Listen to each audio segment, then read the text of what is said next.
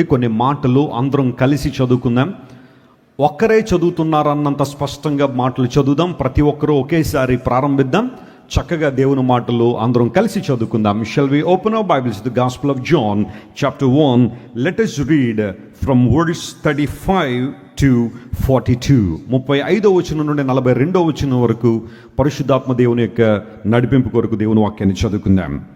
మరునాడు మరల యోహానును అతని శిష్యుల్లో ఇద్దరును నిలుచుండగా అతడు నడుచుచున్న యేసు వైపు చూచి, ఇదిగో దేవుని గొర్రెపిల్ల అని చెప్పాను. అతడు చెప్పిన మాట ఆ ఇద్దరు శిష్యులు విని యేసును వెంబడించిరి. యేసు వెనుకకు తిరిగి వారు తన్ను వెంబడించుట చూచి, మీరేమి వెతుకుచున్నారని వారిని అడుగగా వారు, రబ్బీ, నీవి ఎక్కడ కాపురమున్నావని ఆయన అడిగిరి. రబ్బీ అను మాటకు బోధకుడని అర్థము. వచ్చి చూడుడి అని ఆయన వారితో చెప్పగా వారు వెళ్ళి ఆయన కాపురమున్న స్థలము చూచి ఆ దినము ఆయన యొద్ద బస చేసిరి. అప్పుడు పగలు రమారమి 4 గంటల వేళ ఆయన. యోహాను మాట విని ఆయన్ను వెంబడించిన ఇద్దరిలో ఒకడు సీమోను పేతురు యొక్క సహోదరుడైన ఆంద్రేయ. ఇతడు మొదట తన సహోదరుడైన సీమోను చూచి, మేము మెస్సియాను కనుగొంటిమని అతనితో చెప్పాను. యేసునొద్దకు అతని తోడుకొని వచ్చాను అను మాటకు అభిషక్తుడని అర్థం. యేసు అతని వైపు చూచి, నీవు యోహాను కుమారుడు అయిన సీమోనువు, నీవు కేఫా అనబడుదు అని చెప్పాను. కేఫా అను మాటకు రాయి అనే అర్థము. ఈ వాక్య భాగాన్ని దేవుడు మన వెనుకల్లో దీవించిన గాక.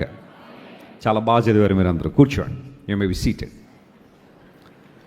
దేవుని వాక్యాన్ని క్షుణ్ణంగా మనం చదువుతున్నప్పుడు అనేక విషయాలు మనకి పరిశుద్ధాత్మ దేవుడు విశదీకరిస్తూ ఉంటారు. వాక్యం చదువుతుండగానే అనేక విషయాలు మనకి నేర్పిస్తూ ఉంటారు.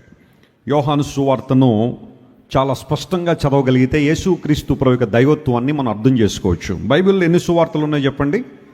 4 సువార్తలు ఉన్నాయి.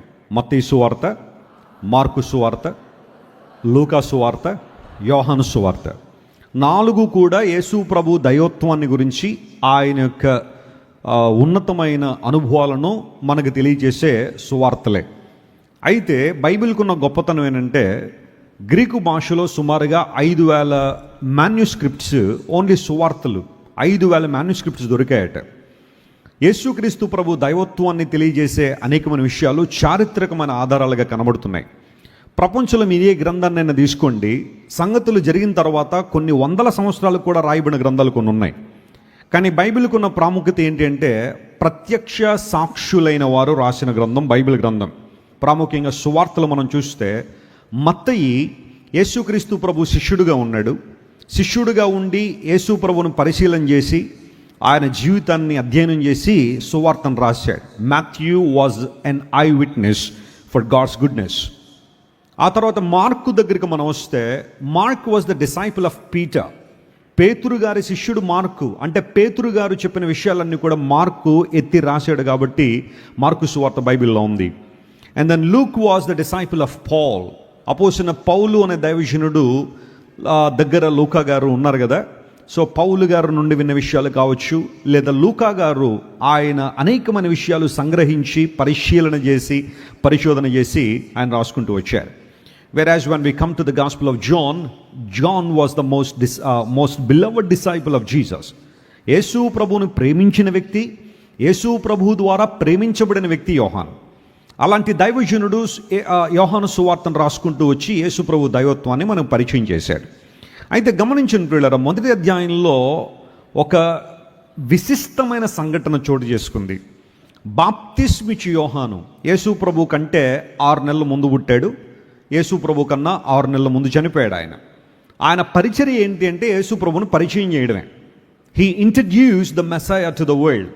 ప్రవక్తలు చాలామంది మెస్సయా వస్తారు, క్రీస్తు ప్రభు ఇలా వస్తాడు, యేసు ప్రభు ఇలా వస్తారని ప్రవక్తలు ప్రవచిస్తే దైవజనుడైన బాప్తిస్మిచ్చు యోహాను మెస్సయా వచ్చారు అని యేసుక్రీస్తు ప్రభుకి ఫోర్ రన్నర్గా ఆయన ఉండి అద్భుతమైన సువార్తను ప్రకటించాడు. ఆ కాలంలో అనేక మందిని మారు మనస్సు విషయమై బాప్తిజం తీసుకోవడానికి పురుకొల్పి ఆయా స్థలాల్లో యొర్దాను నదిలో దైవజనుడైన బాప్తిస్మిచ్చి యోహాను బాప్తిజాలు ఇచ్చాడు. అయితే గమనించండి ప్రియులారా, యేసు ప్రభుని చూడగానే ఒక సందర్భంలో బాప్తిస్మిచ్చి యోహాను అన్నాడు, లోక పాపమును మోసుకుని పోయే దేవుని గొర్రెపిల్ల ఈయన అని యేసు ప్రభు గురించి మాట్లాడాడు. Is the ల్యామ్ of God that takes away the sin of the world. లోక పాపమును మోసే దేవుని గొర్రెపిల్ల అని యేసు ప్రభువును పరిచయం చేశాడు. పరిచయం చేసిన తర్వాత అతని దగ్గర కొంతమంది శిష్యులు ఉన్నారు. బాప్తిస్మిచ్చి యోహాన్ని ప్రేమించిన కొంతమంది శిష్యులు, they were the disciples of John the Baptist. వారు యోహాన్ను వెంబడిస్తూ ఉంటే ఆ తర్వాత రోజు మరలా యేసు ప్రభు కనబడగానే యోహాను మరలా అదే మాట చెప్పాడు. మీరు ఆ అధ్యాయంలో 2 చోట్ల దేవుని గొర్రెపిల్ల యేసుక్రీస్తు ప్రభు అనే మాట చూస్తాం. 29వ వచనంలో ఒకసారి, ఆ తర్వాత మనం చదివిన 36వ వచనంలో ఒకసారి ఆ 2 మాటలు మనం చూస్తాం కదా. సో యోహాను మరలా యేసు ప్రభు కనబడగానే he did not change his message. తన సందేశాన్ని మార్చలా, మరలా అదే విషయం చెబుతున్నాడు. ఇదిగో దేవుని గొర్రెపిల్ల అనగానే అంతవరకు తన దగ్గర ఉన్న శిష్యుల్లో 2, అందులో ఒక ఆయన పేరు అక్కడ మెన్షన్ చేయబడింది ఆండ్రూ అని, ఆంద్రేయ అని. మరొక వ్యక్తి పేరు మెన్షన్ చేయబడలేదు. బైబిల్ పండితులు ఈ అంశాన్ని జాగ్రత్తగా పరిశీలన చేసి ఆ వ్యక్తి ఎవరో కాదు, ఈ సువార్తను రాసిన సువార్తికుడే యోహానే. తన పేరు రాసుకోవడం తనకి ఇష్టం కాక, ఎందుకోసం అంటే ఆ స్టైల్ యోహాన్ ఆ సందర్భాల్లో మెయింటైన్ చేశాడు. ఆ సువార్తను మనం చదువుతుంటే యేసు ప్రేమించిన శిష్యుడు అని తన గురించి చెప్పుకున్నాడు, కానీ యోహాన్ అనే పేరు తను చెప్పుకోవడానికి ఇష్టపడలేదు. బహుశా యేసు ప్రభును మహింపరచాలనే ఆలోచనతో ఆ పరిస్థితి అతను అంగీకరించి ఉండొచ్చు. బట్ ఏదేమైనప్పటికీ కూడా తన పేరు చెప్పుకోలేదు. కానీ ఈ సువార్తను రాసిన సువార్తికుడైన యోహాను ఆ 2వ శిష్యుడిగా ఉన్నాడు. వారిద్దరూ కూడా బాప్తిస్మిచ్చి యోహాను ఎప్పుడైతే యేసు ప్రభు గురించి చెప్పారో వారు ఒక నిర్ణయం తీసుకున్నారట. అదేంటంటే, ఇంతవరకు యోహాను గారిని మనం ఫాలో అయ్యాం, ఆయన డిసైపుల్స్గా మనం ఉన్నాం, కానీ ఈరోజు ఇంకొక మెట్టు మనం ఎక్కితే బాగుంటుంది, ఇంకొక ఆధ్యాత్మిక అనుభవం మనం వద్దాం. లెట్ us ఫాలో జీసస్, ప్రభువును వెంబడిద్దామని చెప్పి యోహాను చెప్పిన మాటను విని యేసు ప్రభువును వెంబడించారని బైబిల్లో ఉంది. యేసు ప్రభు వారికి ఎంతమంది శిష్యులు ఉండేవారు చెప్పండి? ఆయన ఈ లోకంలో ప్రప్రథమంగా ఏర్పరచుకున్న శిష్యులు ఎంతమంది? 12 మంది కదా.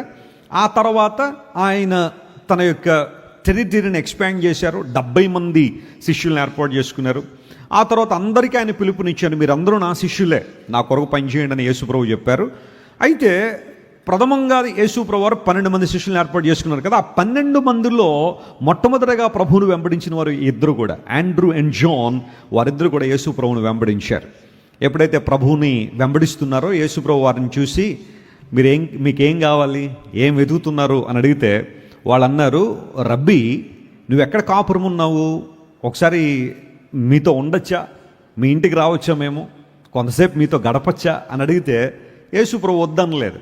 ఆయన ఎక్కడ ఉన్నారో ఆ స్థలాన్ని చూపించినప్పుడు వారు వెళ్ళి ఆ రోజు ఆయనతో ఉన్నారు అని బైబిల్ సెలవిచ్చింది. బహుశా అక్కడ Roman calendar and Jewish calendar ప్రకారం 4 o'clock అనే మాట అక్కడ రాయబడింది. చాలామంది బైబిల్ పండితులు చెప్పిన మాట ఈవినింగ్ 4 o'clock ఈ సంఘటన జరిగింది. బహుశా ఆ నైట్ అంతా కూడా వారు అక్కడే ప్రభువుతో పాటు ఉండి ఆ తర్వాత నుండి యేసు ప్రభువును వెంబడించారని కొంతమంది బైబిల్ పండితులు అక్కడ నిర్ధారణ చేశారు. మీరు ఎవరిని వెతుకుతున్నారు, ఏం కావాలంటే మేము నీతో ఉండాలనుకుంటున్నామని వారు ఆయనతో బస చేసిరి. ఏం చేశారట? బస చేయడం అంటే అర్థం ఏంటి చెప్పండి? బస చేయడం అంటే అర్థం ఏంటి చెప్పరా? నివాసం చేయడం కదా, ఉండడం. బస చేయడం అనే మాట, అకామిడేషన్ అనే మాట మనం చూస్తాం కదా. మాకు బస ఎక్కడ ఏర్పాటు చేశారండి అంటే మేము ఎక్కడ ఉండాలి అని కదా. వారు యేసు ప్రభుతో ఉన్నారు. ఉన్న తర్వాత ఏమైంది అంటే, ఆండ్రూ వెళ్ళి తన సహోదరుడికి చెప్పాడు, పీటర్ని కలిసి, వీ హ్యావ్ సీన్ మెస్సాయ, మేము మెస్సియాను కనుగొంటిమి, నువ్వెందుకు రాకూడదు ప్రభు దగ్గరికని. ఆ ఆండ్రూ పేతురుని తీసుకొచ్చాడు. నేను అనుకుంటాను యోహాను వెళ్ళి తన సహోదరుడు యాకోబుని తీసుకొచ్చాడు. ఆ విధంగా వారు దేవుని పనిలో పాలిభాగస్తులై ఉన్నారు. 35వ వచనం నుండి 42 వరకు ఉన్న విషయాలే ఇప్పటిదాకా మనం మాట్లాడుకున్నాం. ఈ రోజున అంశం ఏంటంటే, ఆ 2 శిష్యుల యొక్క విశిష్ట లక్షణాలను ఒక 3 మీ ముందు ఉంచాలని కోరుతున్నాను. I would like to talk about those 2 disciples and they wonderful attributes while they follow Jesus. యేసు ప్రభువుని వెంబడిస్తున్నప్పుడు లేదా ఆయన గురించిన అవగాహనలకు వారు వస్తున్నప్పుడు వారిలో నేను గమనించిన 3 ప్రాముఖ్యమైన విషయాలు మీతో మాట్లాడి నా సందేశాన్ని ముగింపులో తీసుకొస్తాను. ఆ 3 విషయాలు ఎలా ఉన్నాయంటే జాగ్రత్త వినండి. Number 1, they heard about Jesus. వారు యేసు ప్రభును గురించి ఏం చేశారట? విన్నారు అని బైబిల్లో వ్రాయబడింది. దే హర్డ్ అబౌట్ జీసస్, యేసు ప్రభు గురించి విన్నారు. రెండవది, దే స్టేడ్ విత్ జీసస్. వారు యేసు ప్రభుతో ఉన్నారు. మొట్టమొదటి మాట విన్నారు, రెండవది ఉన్నారు. ఎవరితో అంటే ప్రభుతో ఉన్నారు. మూడో మాట, వారు యేసుని గురించి ఇతరులతో పంచుకున్నారు. They shared about Jesus, they heard about Jesus and they stayed with Jesus and they shared about Jesus. ఈ 3 ప్రాముఖ్యమైన విషయాలు మాట్లాడుకోవడానికి చాలా ఈజీగా అనిపించచ్చేమో, కానీ ప్రాక్టికల్గా వీటిని మనం ఎలా మన జీవితాలకు అన్వయించుకోగలమో త్వరగా చెప్పి నా సందేశాన్ని ముగిస్తాను. మొట్టమొదటి మాట ఏమని చెప్పండి. వారు ఎవరి గురించి విన్నారు? యేసయ్య గురించి విన్నారు. యోహాను సువార్త 1వ అధ్యాయం 37వ వచనంలో ఈ మాట ఉంది చూడండి. John the gospel chapter 1 and verse 37, దానిలో రాయబడిన మాట, అతడు చెప్పిన మాట ఆ ఇద్దరు శిష్యులు విని, చెప్పండి ఏం చేశారట? విని యేసును వెంబడించిరి. ఎవరిని వెంబడించారు? యేసయ్యను వెంబడించారు. స్తోత్రం చెప్దాం ఒకసారి, హల్లెలూయా. They heard about Jesus and they followed Jesus. ఇప్పుడు ప్రశ్న అడుగుతాను, అందరూ నా వైపు చూడండి ఒకసారి. మనం ఎవరి గురించి వింటున్నామో వారినే వెంబడిస్తూ ఉంటాము. You got my point? They heard about Jesus and they followed Jesus. వినడంలో అంత పవర్ ఉంది. వినడం చాలామంది తక్కువగా తీసుకుంటారేమో, కానీ నువ్వేవైతే వింటున్నావో అవి నీ సబ్కాన్షియస్ మైండ్లో ఫీడ్ అయిపోతూ ఉంటాయి. నువ్వు అవునన్నా కాదన్నా, వద్దన్నా అవునన్నా, అవే నిన్ను నియంత్రిస్తూ ఉంటాయి. కొంతమంది చూడండి, సినిమా పాటలు ఎక్కువగా వింటూ ఉంటారు. తెలుసో తెలియకుండా ఆ పాటల ద్వారా వారు ఏం చేయబడుతుంటారు చెప్పండి? నడిపించబడుతూ ఉంటారు. ఆ సబ్కాన్షియస్ మైండ్లో ఆ పాటలన్నీ ఫీడ్ అయిపోవడం ద్వారా అదే ఐడియాలజీ డెవలప్ చేసుకుంటారు. ఆ పాటల్లో ఉన్న అర్థాలు, ఆ పాటల్లో ఉన్న వొకాబులరీ, ఆ రచయితలు రాసిన మాటలు ఏవైతే ఉన్నాయో అవే తెలియకుండా వారి నోట నుండి వచ్చేస్తూ ఉంటాయి. కొంతమంది ఏవో రకాలైన స్టోరీలు వింటూ ఉంటారు, నవలలు చదువుతూ ఉంటారు. లేకపోతే ఇప్పుడు యూట్యూబ్లోకి వచ్చేసిన తర్వాత, సోషల్ మీడియా వచ్చిన తర్వాత ఆడియో బుక్స్ అవైలబుల్గా వచ్చేసాయి. ఇదివరకైతే పుస్తకాలు మార్కెట్లో కొనుక్కుని చదవాల్సిన పరిస్థితి. ఇప్పుడు వాళ్ళే పుస్తకం కొనేసి వాటిలో ఉన్న మెయిన్ పాయింట్స్ అన్ని కూడా చదివేసి ఒక మంచి మ్యూజిక్ బ్యాక్గ్రౌండ్ ఒకటి యాడ్ చేసేసి మన చెవులకు చాలా సూతింగ్గా ఉన్నట్లుగా ఆడియో బుక్స్ అన్నీ కూడా, నేను ఆ యాప్స్ చెప్పను కానీ కొన్ని యాప్స్ అయితే చాలా చలామణిలో ఉన్నాయి. కొంతమంది ఏం చేస్తారంటే ఆ ఆడియో యాప్స్ అన్ని కూడా డౌన్లోడ్ చేసుకుని రోజుకు ఒక పుస్తకం చొప్పున వినేస్తూ ఉంటే చాలా జ్ఞానం వస్తుందని చాలామంది అనుకుంటారు. Listen to me my friends. These 2 disciples, the first thing they did was they heard about Jesus. వారు యేసయ్య గురించి విన్నారు. అంతవరకు బహుశా ధర్మశాస్త్రాన్ని గురించిన వివరాలు, అనేకమైన సంగతులు బహుశా వారు విన్నారేమో, కానీ ఆ రోజు వారి ఆత్మలను రక్షించే శక్తి గల యేసు ప్రభువును గురించిన విషయాన్ని వారు విన్నారు. ఎవరి నుండి విన్నారు అంటే బాప్తిస్మిచ్చు యోహాను గురించి విన్నారు. బాప్తిస్మిచ్చు యోహానులో మంచి లక్షణం ఏంటంటే ఆయన ఎప్పుడు కూడా ప్రభు గురించి మాట్లాడడం నేర్చుకున్నాడు. యేసుక్రీస్తు ప్రభు దైవత్వాన్ని తెలియజేశాడు. ఆయన ఎందుకు ఈ లోకానికి వచ్చాడనే విషయాన్ని యోహాన్ తెలియజేస్తూ 2 సందర్భాల్లో ఈయన లోక పాపమును మోసుకుని పోయే దేవుని గొర్రెపిల్ల, he is the lamb of God that takes away the sins of the world అనే విషయాన్ని నొక్కి వక్కాణించడం ద్వారా ఆ మాట వారిని ప్రభు దగ్గర తీసుకొచ్చింది. They heard about Jesus. యేసు ప్రభు గురించి విన్నారు. నువ్వు రక్షణ పొందాలి అంటే, నిత్యరాజ్యం చేరుకోవాలంటే, ఆధ్యాత్మికమైన పరమార్థంలోకి నువ్వు రావాలి అంటే, దేవుని సాక్షిగా నువ్వు బ్రతకాలంటే, దేవుని చిత్తానుసారంగా నువ్వు జీవించాలంటే నువ్వు ఎవరి గురించి ఎక్కువ వినాలి? దేవుని గురించి ఎక్కువ వినాలి, ప్రభు గురించి ఎక్కువగానే వినాలి, యేసయ్య గురించి ఎక్కువగా వినాలి. బహుశా కొంతమంది ఇప్పటి వరకు విన్నారేమో యేసు ప్రభు గురించి, కొన్ని రకాలైన తప్పుడు మాటలు వినుంటారేమో. యేసు ప్రభు ఎవరండి? ఆయన అమెరికా వాళ్ళ దేవుడండి, క్రిస్తానీ మతం అండి. బ్రిటిష్ వారు మన భారతదేశానికి వచ్చినప్పుడు యేసు ప్రభుని పరిచయం చేసి వెళ్ళారండి. అంతకుముందు అసలు యేసు ప్రభు అంటే ఎవరో తెలియదండి అన్నట్టుగా కొంతమంది మాట్లాడే వాళ్ళు ఉన్నారు, లేదా వాటిని నిజమని భావించే వాళ్ళు కూడా చాలామంది ఉన్నారు. అయితే యేసు ప్రభు బ్రిటిష్ వారి కాలంలో కాదు భారతదేశాన్ని పరిచయం చేయబడింది. ఆయన దగ్గర ఉన్న శిష్యుడైన తోమ AD 52లోనే 52వ సంవత్సరం క్రీస్తు శకంలోనే భారతదేశానికి వచ్చి యేసు ప్రభుని గురించి సువార్త ప్రకటించాడు. అందును బట్టి బ్రిటిష్ వారు సువార్తను తీసుకురాల భారతదేశానికి. సాక్షాత్తు యేసు ప్రభు శిష్యుడైన తోమ భారతదేశానికి సువార్తను తీసుకొచ్చాడు. భారతదేశానికి ఉన్న గొప్పతనం ఏంటి అంటే, మన దేశానికి కేవలం తోమా గారు మాత్రమే కాకుండా యేసు ప్రభు యొక్క మరొక శిష్యుడు, ఆయన్ను నతనీయేలు అని పిలుస్తారు, లేదా బర్తిలోమయి అని పిలుస్తారు. ఆయన కూడా మన భారతదేశం వచ్చి దేవుని సువార్తను ప్రకటించి మహారాష్ట్ర అనే ప్రాంతంలో కళ్యాణ అనే ప్రాంతం ఉండేది, ఇప్పుడు దాన్ని కళ్యాణ్ అని పిలుస్తున్నారు. అక్కడ ఒక సంఘాన్ని స్థాపించి ఆ తర్వాత ఆయన అర్మేనియా అనే దేశానికి వెళ్ళి, రష్యా ప్రక్కన ఉంటుంది అర్మేనియా, అజర్బైజాన్, జార్జియా, ఈ దేశాలన్నీ ఒక లైన్లో ఉంటాయి. అర్మేనియా వెళ్ళి అక్కడ దేవుని కొరకు హతసాక్షి అయిపోయాడు బర్తలోమయ్యి. అంటే భారతదేశానికి దేవుడిచ్చిన కృప ఎంత గొప్పది అంటే, యేసు ప్రభు దగ్గర ఉన్న ఇద్దరు శిష్యులు, ప్రత్యక్ష సాక్షులు భారతదేశానికి వచ్చి సువార్త ప్రకటించారు. ఒకవేళ ఇంతవరకు నువ్వు యేసు ప్రభు అమెరికా వాళ్ళ దేవుడు అని విన్నావేమో. దేవుడు అంటే ఒక దేశానికో, ఒక ప్రాంతానికో, ఒక రాష్ట్రానికో, ఒక కులానికో, మతానికో పరిమితమైనడు కాదు. God is limitless one and he is for every one. ఆయన అందరినీ ప్రేమిస్తాడు, అందరికీ చెందినవాడు, ప్రతి చోట ఉండగలిగిన వాడు అనే విషయాన్ని కూడా నువ్వు గుర్తించాలి. కొంతమంది తెలియక యేసు ప్రభు అంటే తక్కువ కులస్తుల దేవుడు అనుకుంటారు. నేను దీన్ని ఎక్కువ చెప్పి కొంతమందిని ఇబ్బంది పెట్టాలన్న ఉద్దేశం కాదు. ఎందుకంటే భారతదేశంలో ఉన్న కొలగజ్జి ద్వారా ఎక్కువ వాళ్ళు తక్కువ వాళ్ళనే ఆ తారతమ్యాలు భారతదేశంలో ఉన్నాయి. ఇప్పటికీ కూడా చాలా ప్రాంతాల్లో అంటరానితనం, అమానుషత్వం ప్రపంచంలో, భారతదేశంలో ప్రాముఖ్యమైన ప్రాంతాల్లో ఉండేది. పూర్వదినాల్లో కొన్ని ప్రాంతాలకు కొంతమంది రానిచ్చేవారు కాదు, బావుల్లో నీళ్లు తోడుకొని ఇచ్చేవారు కాదు. ఎందుకోసం అంటే, ఈ బావులు మేము దవ్వించుకున్నాం, మీరు నీళ్లు తాగడానికి వీల్లేదు, ఎందుకంటే మీరు తక్కువ కులస్తులు అని వారిని ఊరు వెలుపల గెంటేశారు. వారికి హాస్పిటళ్ళు అందుబాటులో ఉంచలేదు, స్కూళ్ళు కాలేజీలు అందుబాటులో ఉంచలేదు, మీరు చదువుకోవడానికి వీల్లేదు, మీరు కొన్ని రకాల పనులు చేయడానికి మాత్రమే ఉండాలని కొంతమందిని నిర్బంధించారు, ఇబ్బంది పెట్టారు. ఇంకా దౌర్భాగ్యమైన పనులు చెబితే కొంతమంది ఇబ్బంది పడతారు, కానీ అవన్నీ చెప్పాలన్న ఉద్దేశం కాదు. జరగకూడని పనులు చాలా జరిగాయి మన భారతదేశంలో, కేవలం కుల వ్యవస్థ వలన. కులం కులం కులం అనే మాటను తీసుకొచ్చి అనేక మందిని భయంకరంగా ఇబ్బంది పెట్టారు. ఆ సందర్భంలో క్రైస్తవ మిషనరీలు భారతదేశానికి వచ్చి, మీరు కూడా దేవుని చేత ప్రేమించబడుతున్నవారే, మనుష్యులు అసమానతలు క్రియేట్ చేయొచ్చేమో కానీ దేవునికి అలాంటివి ఉండవు అని చెప్పి వాళ్ళని ఎంబ్రేస్ చేసుకున్నప్పుడు, వారు యేసు ప్రభు దైవత్వాన్ని గుర్తించి యేసు ప్రభుని అంగీకరించి మొదలు పెడితే, అప్పటి నుంచి వీళ్ళు ఏమన్నారంటే, కొంతమంది ఈ తక్కువైన వారుగా పిలువబడుతున్న వారు యేసు ప్రభుని అంగీకరించారు కాబట్టి యేసు ప్రభు అనగానే తక్కువ కులస్తులకే దేవుడు అన్నట్టుగా చిత్రీకరణ చేశారు. కానీ దేవుడు అంటే ఆయన అందరికీ దేవుడు, అందరినీ ప్రేమిస్తున్న దేవుడు అనే విషయం కొంతమందికి ఇంకా అర్థం కాక, యేసు ప్రభు అంటే కొన్ని కులాలకు మాత్రమే దేవుడు అనే అభిప్రాయం కొంతమందిలో ఉంటుంది. What you heard about Jesus? నువ్వు యేసయ్య గురించి ఏం విన్నావు? ఏ అవగాహనలకు నువ్వు వచ్చావు? బాప్తిస్మా ఇచ్చి యోహాన్ని అడిగితే, అయ్యా నీ దృష్టిలో యేసు ప్రభు ఎవరు అంటే, ఆయన అంటున్నాడు, is the ల్యామ్ of God, a specific, significant, wonderful, remarkable Lamb of God that came to this world to take away the sins of the world. సర్వలోకము మూలుగుతున్న పాప భారము నుండి మనిషిని విడుదల చేయడానికి లోకానికి వచ్చిన దేవుని గొర్రెపిల్ల ఈయన అని బాప్తిస్మా ఇచ్చి యోహాను యేసు ప్రభువుని సాక్ష్యం ఇచ్చాడు. Listen to me my friend, జాగ్రత్త వినండి.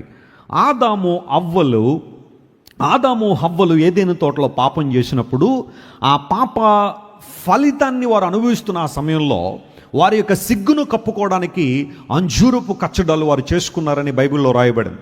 అయితే దేవుడు వారిని చూశాడు, ఈ ఫిగ్ లీవ్స్ అనేవి మీ సిగ్గును కప్పలేవు, కానీ దేవుడు యొక్క ప్రణాళిక ప్రకారం ఏదేను తోటలో ఒక చర్మాన్ని దేవుడు తీసి, ఆ చర్మముతో దేవుడు వారికి చొక్కాయలు చేసి తొలగించాడని బైబిల్లో రాయబడింది. అక్కడ జంతువు ఏంటనే ఆ క్లారిటీ మనకు లేకపోయినా, ఆదికాండం 3వ అధ్యాయంలో అక్కడ ఖచ్చితంగా చాలామంది బైబిల్ పండితులు నొక్కి ఒక్కానించిన సత్యం ఏంటంటే, ఒక గొర్రె పిల్లను, ఒక లేత గొర్రె పిల్లను దేవుడు వధించి దాని నుండి తీసిన చర్మాన్ని చొక్కాయలుగా చేసి ఆనాడు ఆదాము హవ్వలకు దేవుడు ఇచ్చాడు. అంటే ద ఫస్ట్ సాక్రిఫైస్ అనేది ఏదేను తోటలోనే జరిగింది అని బైబిల్ పండితులు ఆ మాటను ఆధారం చేసుకుని చెబుతా ఉన్నారు. అక్కడి నుంచి ఈ గొర్రె పిల్ల గురించిన చిరునామా ఆయా సందర్భాల్లో మనకు కనబడుతూనే ఉంటుంది. While Abraham and Isaac were climbing up to the mountain to offer a sacrifice unto God, Isaac asked Abraham, Daddy, Father, where is the lamb? మన దగ్గర అన్నీ ఉన్నాయి, కట్టెలు ఉన్నాయి, నిప్పు ఉంది, కానీ దహన బలికి గొర్రె పిల్ల ఏది అని అడిగాడు. A wonderful question posed by Isaac. ఆదికాండం 22:7 ఆ మాట మనం చూస్తాం. గొర్రె పిల్ల ఏది అంటే, 8వ వచనంలో అబ్రహాము సెలవిచ్చాడేమో తెలుసా? ఆ గొర్రె పిల్లను ఎవరు చూసుకుంటారు? దేవుడే చూసుకుంటాడు. జెహోవా జైరా అనే పదం అక్కడే ప్రారంభాన్ని మనం చూస్తాం. దేవుడే చూసుకుంటాడు అన్నాడు. మరి చూసుకున్నాడా లేదా? ఖచ్చితంగా చూసుకున్నాడు కదా.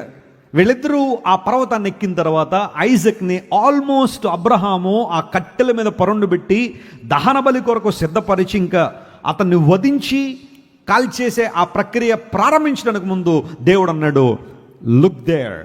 ఆ పొదల్లో ఒక పొట్టేలు కొమ్ములు తగులుకొని ఉంది, దాన్ని తీసుకొచ్చి ఇస్సాకు బదులుగా అర్పించు అన్నాడు. ఆ పొట్టేలును అక్కడ మోరియా పర్వతం మీద ఆనాడు అబ్రహాము అర్పించి అబ్రహాం ఇస్సాకు క్రిందకు వెళ్ళిపోయారు. Where is the lamb? గొర్రెపిల్ల ఏది? ఆ తర్వాత మనం నిర్గమాకాండం 12వ అధ్యాయం దగ్గరికి వచ్చేస్తే అక్కడ పస్కా గొర్రెపిల్ల గురించి కనబడుతుంది. ఇశ్రాయేలు ప్రజలు 400 సంవత్సరాలు ఐగుప్తు దేశంలో బానిసలుగా ఉంటే ఒక గొర్రెపిల్ల వధించబడ్డం ద్వారా, పస్కా గొర్రెపిల్ల వధించబడ్డం ద్వారా ఆ రక్తాన్ని వారి ద్వారబంధాలకు పూసుకోవడం ద్వారా వారికి విడుదల కలిగింది. ఒక్క రాత్రిలో మరణదూతను జయించి వారందరూ కూడా ఐగుప్తు నుంచి బయటకు వచ్చేసారు. పస్కా గొర్రెపిల్ల ఇశ్రాయేలు ప్రజలకు విజయాన్ని ఇచ్చింది. That was a significant ల్యామ్ of God.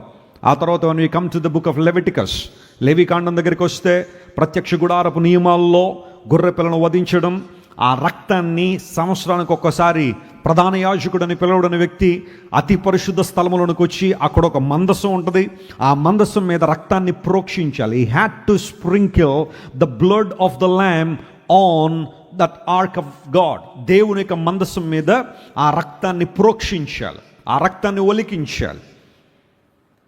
గొర్రెపిల్లను వధించేవారు. ఒక ప్రత్యేకమైన గొర్రెపిల్లను తీసుకుని దాన్ని వధించి సంవత్సరానికి ఒక్కసారి ప్రధాన యాజకుడు అతి పరిశుద్ధ స్థలంలోకి అడుగుపెట్టేవాడు.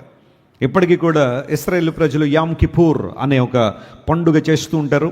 యామ్ అనగా రోజు, కిపోర్ అనగా అటోన్మెంట్, ప్రాయశ్చిత్త దినము అనే ఆ దినాన్ని వారు అనౌన్స్ చేస్తారు. యూజువల్గా అక్టోబర్లో ఆ సమయం వస్తుంది.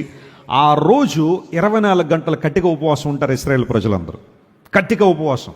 ఇంకా వాళ్ళు బహుశా వారి యొక్క సెలైవా కూడా లోపలికి తీసుకోరేమో, అంత కట్టిక ఉపవాసం చేసి ఆ 24 గంటలు కూడా ప్రాయశ్చిత దినంగా తమను తాము ప్రతిష్ఠించుకుని తమ పాపాలు ఒప్పుకుని దేవుని వైపు తిరగడానికి ఇష్టపడతారు.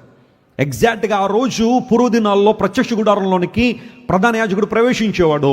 He takes the blood of the lamb every year. ప్రతి సంవత్సరం కూడా ఆ సంఘటన జరుగుతూ ఉండేది.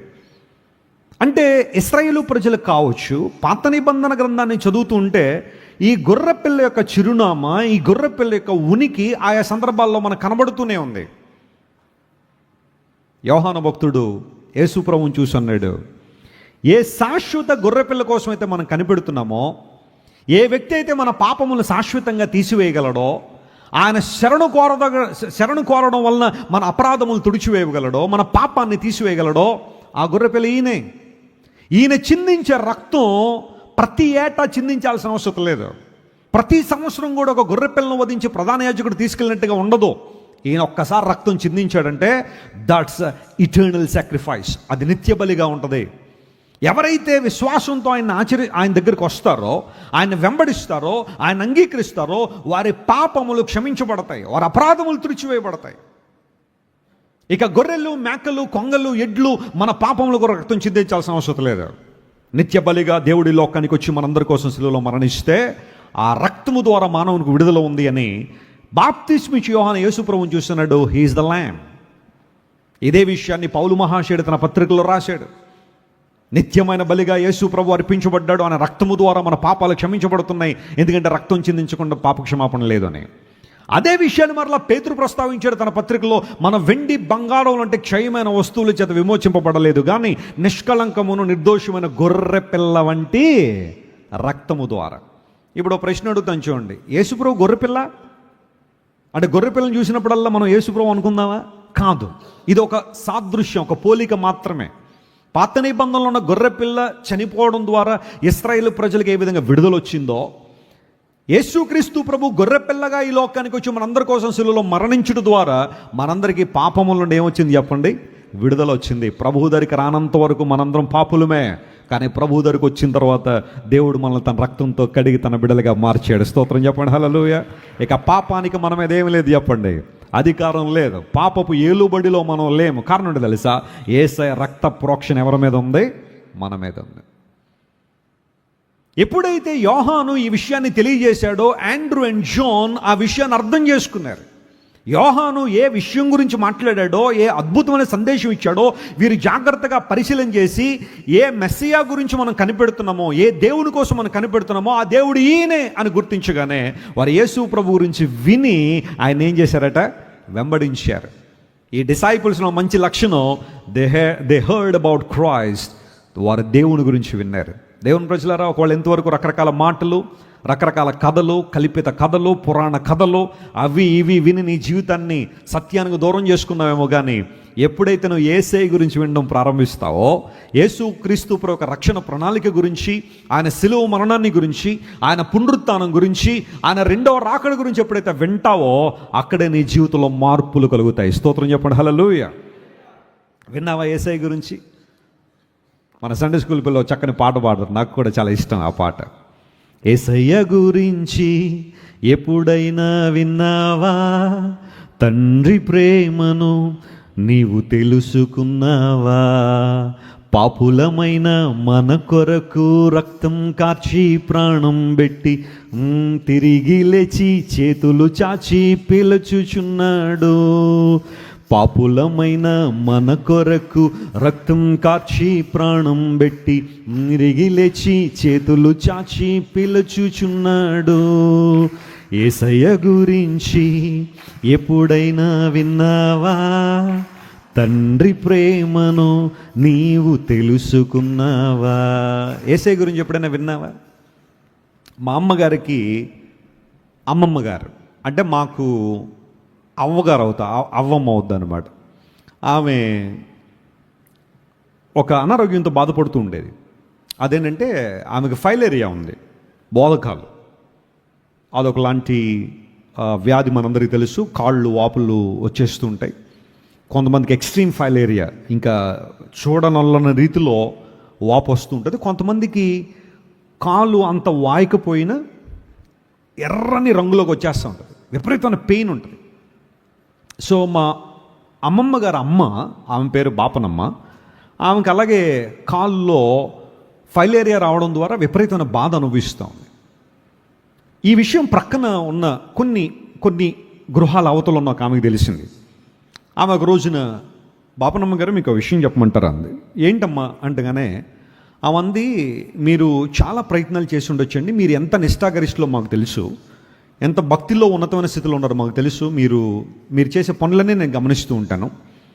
వాళ్ళ గ్రామంలో వారి చెరువులో మొట్టమొదటి బిందె ఈమె ముంచాల, తీసుకొచ్చి ఆ నీళ్లతో పూజా కార్యక్రమాలు చేస్తేనే కానీ మిగతా వాళ్ళందరూ నీళ్ళు తీసుకెళ్ళి కాదు. ఒకవేళ ఎవరైనా తెలియకుండా కనుక ఈమె కన్నా ముందు ఆ చెరువులో బిందె ముంచి, కొండ ముంచి నీళ్లు తీసుకుపోతే ఇంకా ఆ రోజు ఈమె మంచినీళ్ళు కూడా తాగేది కాదట. ఎందుకంటే మరి ఏమనుకున్నదో తెలియదు మనకి. అలాంటి నిష్ఠతో ఉన్న ఆమె ఎక్కువగా మడి కట్టుకుని ఉండేది. మడి అంటే ఈరోజున చాలామందికి తెలియపోవచ్చు, కానీ మడి కట్టే విధానం పూర్వదినాల్లో కొంతమంది స్త్రీలు పాటించేవారు. మా దగ్గర ఆమెది ఒకే ఒక్క ఫోటోగ్రాఫ్ ఉంది, ఇంకా ఆమెకు సంబంధించిన ఫోటోలు ఏమీ లేవు. అది కూడా black and white passport size photo, మడి కట్టుకునే ఉంది, పెద్ద బైబిల్ ఇలా పట్టుకుని ఉంటుందా, ఆ ఫోటో మాత్రం ఉంది మా దగ్గర. సరే, ఆమె కూర్చోగానే ఆ 3 వీధుల అవతల ఉన్న ఆమె వచ్చి, మీకు విషయం చెప్దాం అనుకుంటున్నానండి. ఏంటమ్మా అనగానే, యేసు క్రీస్తు ప్రభువును మీరు అంగీకరించండి, ఆయన స్వస్థపరిచే దేవుడు, ఆయన మనందరినీ రక్షించడానికి లోకానికి వచ్చాడు అనగానే, నువ్వు ఎక్కడే కూర్చో అని చెప్పి వాళ్ళ ఇంటి వెనకాల ఒక బావి ఉంటే, ఒక నుయ్యి ఉంటే అక్కడికి వెళ్ళి బకెట్ నీళ్లు పోసేసుకుందంట మీద. ఎందుకోసం తెలుసా? యేసు ప్రభు అనే పేరు విని నా చెవులు, నా దేహం ఏమైపోయింది? మైలపడిపోయింది. ఇప్పుడు శుద్ధి జరగాలని చెప్పి బకెట్ నీళ్లు పోసుకుని వచ్చింది, కూర్చుంది. పోనీ ఈమె ఆపిందా అంటే ఈమె ఆపలా. మళ్ళీ రెండోసారి యేసు ప్రభు గురించి వింటారా అనగానే మళ్ళీ గవ్వ వెళ్ళి మళ్ళీ బకెట్ నీళ్లు పోసుకొని వచ్చిందట. ఆ పేరు వినకూడదని ఆలోచన. ఆయన మన దేవుడు కాదు. ఆ పేరు వినగానే నా దేహం అంతా కూడా మైలుపడిపోయింది అనుకుందో ఏంటో, యేసు అనే మాట వినడం, స్నానం చేసి రావడం. 3ఓసారి కూడా చెప్పిందంటే ఈమె 3ఓసారి వెళ్ళి మళ్ళీ స్నానం చేసి వచ్చింది. ఈమె ఆగాల, ఈమె అసలు ఆగట్లా. మళ్ళీ 4ఓసారి, యావండి మీరు ఎందుకంటే అంత పట్టుదల దానిలో, ప్రభు గురించి ఒకసారి వినండి అనగానే ఈమె అనుకుందట, నువ్వు ఎన్నిసార్లు చెప్తావో చెప్పు, చివరిలో ఒకేసారి ఏం చేస్తానో స్నానం చేస్తాను. మీరు నమ్మండి, ఆ చివరిలో చేసిన స్నానం బాప్తిజం తీసుకుంది. దేవుని నామమున స్తోత్రం కలుగును గాక. ప్రభు దగ్గరికి వచ్చిందా? దేవుడు ఒక అద్భుత రీతిలో ఆమె బోధకాలను స్వస్థపరిచాడు. ఆ రాత్రి ప్రార్థన చేసుకుని పడుకున్నప్పుడు దేవుడిచ్చిన స్వస్థత, ఆ మరుసటి ఉదయం లేచిన తర్వాత ఆమె దేవుని తాకిడిని అనుభవించినప్పుడు ఆమె యేసు ప్రభువును అంగీకరించి అప్పటి నుంచి వారి కుటుంబంలో అనేక మంది ప్రభువు దగ్గరికి వచ్చి ఈ రోజున ప్రభు సాక్షులుగా వారు జీవిస్తున్నారు. వారి కుటుంబాల్లోంచి సేవకులు వస్తారని ఎవరు ఊహించలా. యేసయ్య సేవ చేసేవాళ్ళు వస్తారు, బైబిల్ ప్రబోధకులు వస్తారని ఎవ్వరూ ఊహించలేదు. కానీ ఈ రోజున మా అమ్మమ్మ గారు, తల్లి గారు, మా అమ్మమ్మ గారు, మా అమ్మగారు, ఇప్పుడు వారి బిడ్డలు మేము, మా కుటుంబాల్లో చాలామంది ఈ రోజున కేవలం విశ్వాసులం కాదు, సేవకులుగా మార్చబడే దేవుని కృప చాలా అత్యధికంగా మా కుటుంబం పట్ల ఉందని చెప్పడం నేను చాలా సంతోషిస్తున్నాను. దేవుడు నా మనస్తోత్రం కలుగును గాక. విన్నావా యేసయ్య గురించి ఎప్పుడైనా? ఆయన గురించి ఏం విన్నావు? లోక పాపను మోసుకుని పోయి దేవుని గొర్రెపిల్లని ఎప్పుడైతే వీరు విన్నారో ప్రభువును వెంబడించడం ప్రారంభించారు. నేను ఇక్కడ 2 ఉదాహరణలు ఇస్తాను, జాగ్రత్త గమనించండి. విన్న తర్వాత మన రెస్పాన్స్ ఎలా ఉండాలని ఆలోచన చేస్తే, లూకాసు సువార్త 7వ అధ్యాయంలో ఒక ఆయన యేసు ప్రభు గురించి విన్నాడట.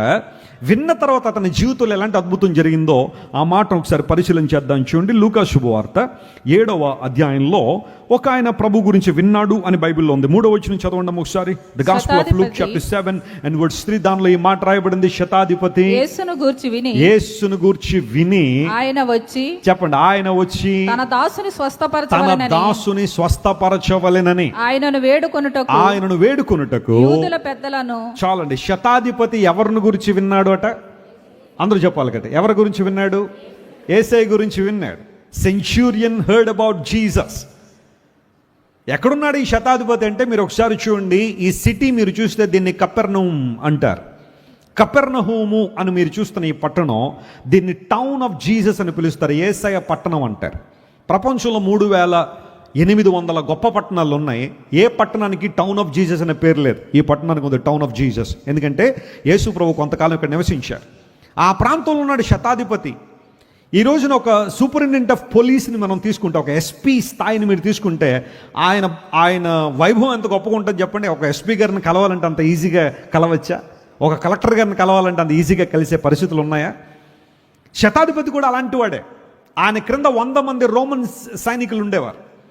రోమన్ ఎంపైర్లో రోమన్ సెంచూరియన్కి చాలా ప్రాముఖ్యత ఉండేది.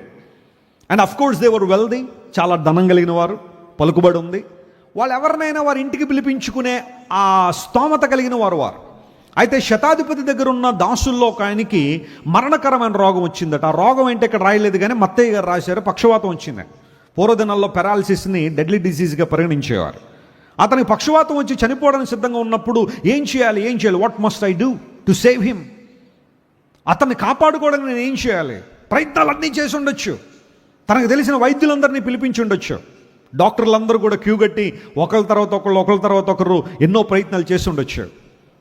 బహుశా అతనుకున్న మత సంబంధమైన పలుకుబడి ద్వారా ఆ కాలంలో మత పెద్దలందరినీ ఇంటికి పిలిపించుకుని ఉండొచ్చు. మీరు ఏం చేస్తారో చేయండి, పూజా కార్యక్రమాలు చేస్తారో, ప్రార్థనలు చేస్తారో, మరొకటో చేస్తారో, మా వాడిని బతికించండి. వారి వలన కూడా కాలేదు. And finally the Bible concludes, he heard about Jesus. ప్రభు గురించి విన్నాడట. ఏమని విన్నాడు అంటే, యేసు ప్రభు జీవాధిపతి అని విన్నాడు. హల్లెలూయా. ఆయన అధికారం కలిగిన వాడని విన్నాడు. అందరూ బట్టి యేసు ప్రభు ఇంటికి వస్తానన్నప్పుడు ఇతడు చెప్పిన మాట ఏంటో తెలుసా?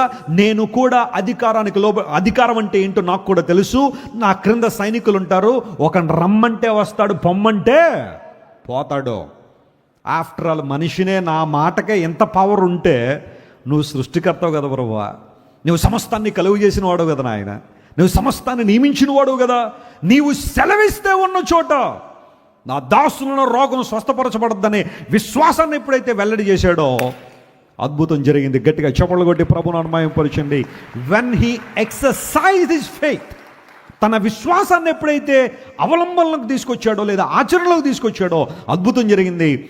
దాదాపుగా మరణానికి సిద్ధంగా ఉన్న దాసుడు స్వస్థపరచబడ్డాడని లేఖనాలు సెలవిచ్చాయి. ఆ దాసుడు స్వస్థపరచబడే ఆ ఇంటిలో సంబరం రావడానికి కారణం ఏంటో తెలుసా? శతాధిపతి యేసేను గురించి విని ఆ విధానంలో దేవుని మీద ఏముంచాడు చెప్పండి? విశ్వాసం ఉంచాడు. వినడం చాలా ప్రాముఖ్యమైన అంశమే. విన్న విషయాల మీద మనకేం ఉండాలా? విశ్వాసం ఉంచాలా. అయితే అదే లూకాసు సువార్తలో మరొక వ్యక్తిని కూడా మీకు పరిచయం చేస్తాను. ఈసారి 9వ అధ్యాయం దగ్గరికి రండి ఒకసారి. లూకాసు సువార్త 9వ అధ్యాయం 7వ వచనం చదువు. ఇక్కడ ఇంకొక వ్యక్తిని మేము పరిచయం చేస్తాం. The same gospel but here is another person.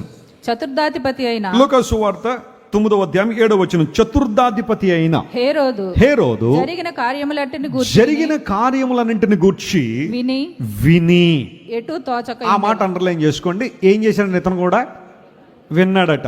ఎవరైనా? చతుర్దాధిపతి అయిన హేరోదు. ఆ కాలంలో హేరోదు చాలా పవర్ఫుల్ కింగ్. అతను కూడా విన్నాడు. ఏం విన్నాడు? ఎవరి గురించి విన్నాడు? యేసు ప్రభు గురించి విన్నాడు. విన్న తర్వాత ఏముందంటే అక్కడ ఆ మాట చదువుదాం చూడండి. యేసు ప్రభు గురించి విని ఎటు తోచక. ఇదేంటి మరలా? ఎటు తోచకపోవడం ఏంటి? కొంతమంది కూడా వింటారు కొన్ని మాటలు, ఎటు తోచకుండా ఉంటారంటే అర్థం ఏంటన్నమాట? న్యూట్రల్గా ఉంటారన్నమాట. ఇటు ఎస్ అనరో చెప్పండి, అటు నో అనకుండా మధ్యలో ఉండిపోతారు. చూసారా? ఎటు వెళ్ళాలో తెలియని పరిస్థితి, ఎటు పోవాలో తెలియని పరిస్థితి అన్నట్టుగా. హేరోదు ప్రభు గురించి విన్నాడట. యేసు ప్రభు చేస్తున్న కార్యాల గురించి విన్నాడు.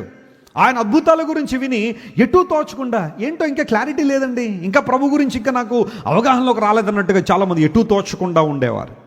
బహుశా ఈరోజు ఇక్కడ కూర్చున్న వారిలో కూడా చాలామంది యేసు ప్రభు గురించి మరి వింటున్నారు కానీ ఎటు తోచకుండా ఉంటున్నారంటే అర్థం ఏంటో తెలుసా? ఆయన గురించిన ఒక మంచి నిర్ణయం మీరు ఏం చేయట్లేదు, తీసుకోవట్లేదు. ఆయనకి ఇంకా నీ హృదయాన్ని అప్పగించలేదు. యేసు ప్రభుని హృదయంలోకి ఇంకా స్వీకరించలేదు. ఇంకా ఏవో కారణాలు, ఇంకా అదండి ఇదండి, ప్రభువుని అంగీకరించకపోవడానికి, యేసు ప్రభు నా హృదయంలో చేర్చుకోకపోవడానికి ఈ ఆటంకం అండి, ఆటంకం అండి, మా భార్య ఒప్పుకోదండి, నా భర్త ఒప్పుకోడండి, మా కులం ఒప్పుకోదండి. ఎవరు ఒప్పుకోరట? కులం ఒప్పుకోదట. నువ్వు గోతులో పడిపోయావు, భయంకరమైన గోతులో పడిపోయావు. బాడీ బందా ఉంది అక్కడ, విపరీతమైన దుర్వాసన వస్తూ ఉంది. పడిపోయి ఎవరైనా బయటికి తీస్తారని చూస్తూ ఉంటే ఈ లోపల నాలంటి వాళ్ళు ఎవరో వచ్చి, బాబు బయటకు వస్తావంటే మా కులం ఒప్పుకోదని అంటావా? అక్కడ కులం ఒప్పుకున్నా ఒప్పుకోకపోయినా నువ్వు ఏం చేయాలా? పైకి రావాల్సిందే. మా మతం ఒప్పుకోదండి, మొత్తం మా ఊరోళ్ళు అందరూ సంతకాలు ఓటరండి అంటే అవుతుందా? నువ్వు బయటికి రావడం అంత ఇష్టమా కొంతమందికి? ఖచ్చితంగా కాదు. నువ్వు ఆ గోతులో ఉంటే చూడాలనుకుంటారు, నువ్వు ఆ బురదలో ఉంటే చూడాలనుకుంటారు. పైకి రావాలని ఎవరు ఇష్టపడరు. ఎవరి కన్సెంట్ కావాలి నీకు? గుండెపోటు వచ్చింది, అంబులెన్స్ పిలవడానికి మా కాలనీలో అందరూ సంతకాలు తీసుకోండి అంటావా? తీసుకుంటే ఏమైంది? అప్పటికి ఉంటావా? అప్పటికి చాలా కార్యక్రమాలన్నీ ప్రారంభించేస్తారు. అప్పటికే ఎందుకోసం? గుండెపోటు వచ్చినప్పుడు ఎంత త్వరగా హాస్పిటల్ తీసుకెళ్తే అంత మంచిది. ఎవరో అంగీకారానికి అక్కర్లా. మా పక్కింటానే ఏమనుకుంటాడని, మా ఎదురు ఏమనుకుంటారు వాళ్ళు? నీకు గుండెపోటు వచ్చింది అనుకుంటారు, హాస్పిటల్కి వెళ్ళావు అనుకుంటారు, అంతే కదా. ఎవరో ఒప్పుకోవాలంటావేంటి? ప్రతిసారి యేసు ప్రభువుని అంగీకరించడానికి, పాప బంధకాల్లోంచి బయటకు రావడానికి, అపరాధ భారం నుండి విడుదల పొందడానికి, ఆత్మనూన్యత భావం నుండి విడుదల పొందడానికి ఎవరో ఒప్పుకోవాల్సిన అవసరం లేదు. నువ్వు ఒప్పుకుంటే చాలు. హల్లెలూయా. Because your life is your life. నీ జీవితం నీది. నీ కన్సెంట్ ఉంటే చాలు, నీ ఒప్పుకుంటే చాలు. ప్రభు నిన్ను దీవిస్తాడు, ఆశీర్వదిస్తాడు. ప్రతిసారి ఎవరో ఒప్పుకోవాలండి, మా నాన్న ఒప్పుకోవాలి, మా అమ్మ ఒప్పుకోవాలి, మా పిల్లలు ఒప్పుకోవాలండి, మా బంధువులు స్నేహితులు ఒప్పుకోవాలంటే వాళ్ళు ఎప్పటికీ ఒప్పుకోరు. సాతాను ఎప్పటికీ నేను దేవుని దగ్గర రానివ్వడు. ఒక్క అడుగు ముందుకే దేవుని కోసం, ఆయన అంగీకరించడానికి, ఆయన కోసం జీవించడానికి నువ్వు ముందుకు రాగలిగితే ప్రభు గొప్పగా నేను వాడుకుంటాడు. They heard about Jesus. ప్రభు గురించి విన్నారు. లోక పాపమును మోసుకుని పోయే దేవుని గొర్రెపిల్లను విన్నారు. యేసుక్రీస్తు ప్రభువును వెంబడించారని బైబిల్లో రాయబడింది. శతాధిపతి విన్నాడు, తన ఇంటిలో స్వస్థతను పొందాడు. స్వస్థత అనే కార్యక్రమం ఆయన ఇంట్లో జరిగింది. హేరోదు విన్నాడు కానీ ఎటు తోచక ఉన్నాడని బైబిల్లో ఉంది. నువ్వు ఏ గుంపులో ఉన్నావు ఈరోజు పరిశీలించాయి? విని ఎటు తోచగా ఉంటున్నావా, లేదా విని దేవునికి లోబడుతున్నావా, విని దేవుని వెంబడిస్తున్నావా? పరిశీలన చేయాల్సిన పరిస్థితి. These 2 disciples, they heard about Jesus and they started following Jesus. ప్రభువుని ఏం చేశారట? వాళ్ళు వెంబడించారు. అయ్యో, యోహాను గారు ఏమని అనుకుంటారని, ఎంతవరకు యోహాను శిష్యుడిగా ఉన్నానండి, ఇప్పుడు ఆయన ఏమన్నా ఫీల్ అవుతాడేమోనని. యోహాను గారు ఏం ఫీల్ అవ్వడు. ఎందుకోసం? అలా ఫీల్ అయ్యేవాడైతే యేసు ప్రభు గురించి అంత గొప్పగా చెప్పాల్సిన అవసరం లేదు. ఈ రోజుల్లో చాలామంది ఇదే పరిస్థితి. మనుషులకు దాసులుగా, మనుషులకు శిష్యులుగా ఉన్న వాళ్ళు చాలామంది. బాబు మీరు ఎవరండి? మేము ఫలానా వారికి శిష్యులు అండి. యేసు ప్రభు కాదని ఆయన నువ్వు? మేము వారి శిష్యులం, వీరి శిష్యులం. అఫ్ కోర్స్ నీకు ఒక స్పిరిచువల్ మెంటార్ ఉండాలి, ఒక స్పిరిచువల్ లీడర్ ఉండాలి, ఆత్మీయ నాయకుడు ఉండాలి, అది మంచిదే. కానీ అందరికన్నా ప్రాముఖ్యంగా మనం ఎవరి శిష్యులంగా ఉండాలి? చెప్పాలి గట్టిగా. యేసయ్య శిష్యులంగా ఉండాలి. We are the disciples of Jesus. Disciple అనే మాట గ్రీకు భాషలో మ్యాథటస్ అనే పదం వాడారు. మ్యాథటస్ అంటే అర్థం ఏంటో తెలుసా? ఎ క్విక్ లెర్నర్, నేర్చుకునేవాడు అని అర్థం. ఎ స్టూడెంట్, ఎ ప్యూపిల్, విద్యార్థి అనే ఒక మంచి మాట. జీవితం అనేది ఎప్పుడూ నేర్చుకుంటూనే ఉండాలి, అంతేగాని అన్నీ వచ్చేసనే అహంభావం మనలో ఉండడానికి వీల్లేదు. ఈ ప్రపంచంలో అందరికన్నా త్వరగా ఎవరు గోతులో పడతారు అంటే చెప్పండి, అన్నీ నాకు వచ్చు అన్నవాడు ముందెళ్ళి గోతులో పడతాడట. వరల్డ్ ట్రాన్స్పోర్ట్ అథారిటీ వారు ఒక రోజున ఒక సర్వే నిర్వహించారు. ఆ సర్వేలో తేలిన విషయం ఏంటో తెలుసా? ఎల్ బోర్డు పెట్టుకున్న వాహనాలకు యాక్సిడెంట్లు చాలా తక్కువ అవుతున్నాయంట. ఎల్ అనే బోర్డు ఉంటుంది కదా, ఎల్ అంటే ఏంటి చెప్పండి? లవ్వా?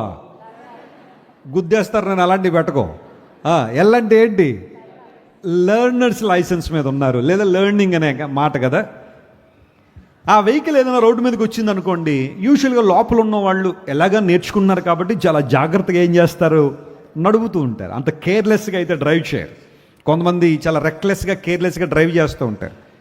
మేము 20 సంవత్సరాలు తోలుతానండి అంటాడు, రోజుకో చెట్టు గుద్దేస్తూ ఉంటాడు. మరి 20 సంవత్సరాల అనుభవం ఏమైందో అర్థం కాదు. చాలా రెక్లెస్గా, కేర్లెస్గా ఉంటారు చాలామంది. ఫోన్లు మాట్లాడుతూ కొంతమంది, చెప్పండి, బైక్ నడిపేటప్పుడు, కారు నడిపేటప్పుడు ఫోన్ మాట్లాడి ఎన్ని యాక్సిడెంట్లు అయిపోయినాయి అంటారు. ఇది నిజంగా జరిగిందో లేదో నాకు తెలియదు, కానీ స్త్రీలు వాహనాలు జరుగుతుంటే ఈ మధ్యన ఎక్కువ యాక్సిడెంట్లు అయిపోతాయి. ఎందుకంటే వాళ్ళు మాటిమాటికి అద్దం చూసుకుంటున్నారట. ఈ అద్దాలు కొన్నిసార్లు బాగా ఇబ్బంది పెట్టేస్తున్నాయి చాలామంది.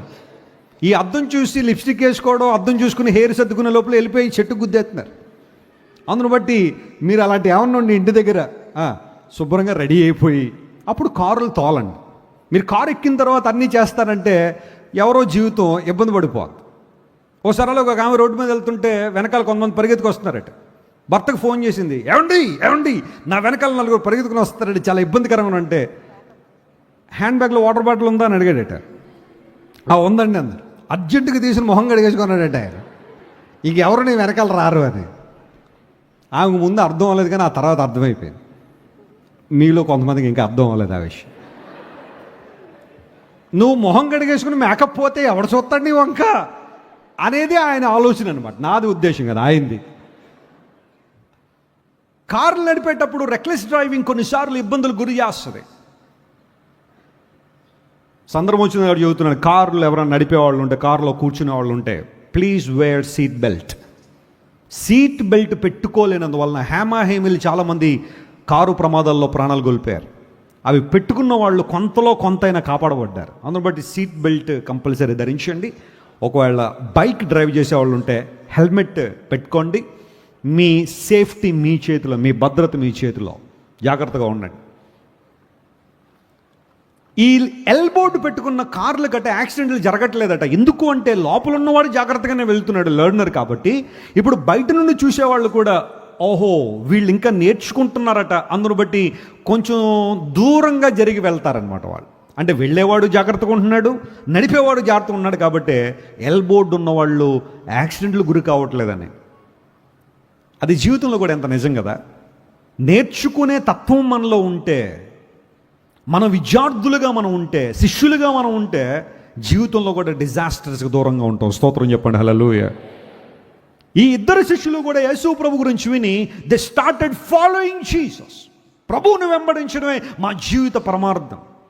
యేసు ప్రభువును వెంబడించడం ద్వారానే మా జీవితంలో ఆశీర్వాదం చూడగలమని గమనించిన ఇద్దరు కూడా దే స్టార్టెడ్ ఫాలోయింగ్ జీసస్. ప్రభువును వెంబడించారని బైబిల్ సెలవిచ్చింది. The more you hear about Jesus, the more you follow him. నువ్వు ఎంత ఎక్కువగా యేసు ప్రభు గురించి వింటూ ఉంటావో అంత ఎక్కువగా ఆయన ఏం చేస్తావు చెప్పండి, వెంబడిస్తా.